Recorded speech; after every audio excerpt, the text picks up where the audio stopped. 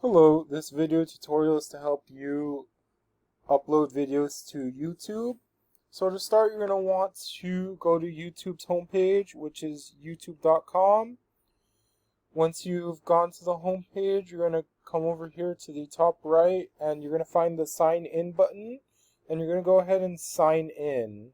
Once you've gone ahead and signed in, you can click on this button here, which is a camera with a plus sign in it, and you're going to click upload video, and you will be taken to this page here where you can go ahead and drag and drop videos from your computer into here and they will begin uploading to YouTube, or you can go ahead and select files from your computer and they will begin to upload to YouTube. It's a fairly straightforward process. I hope this video tutorial has been helpful and thank you for watching.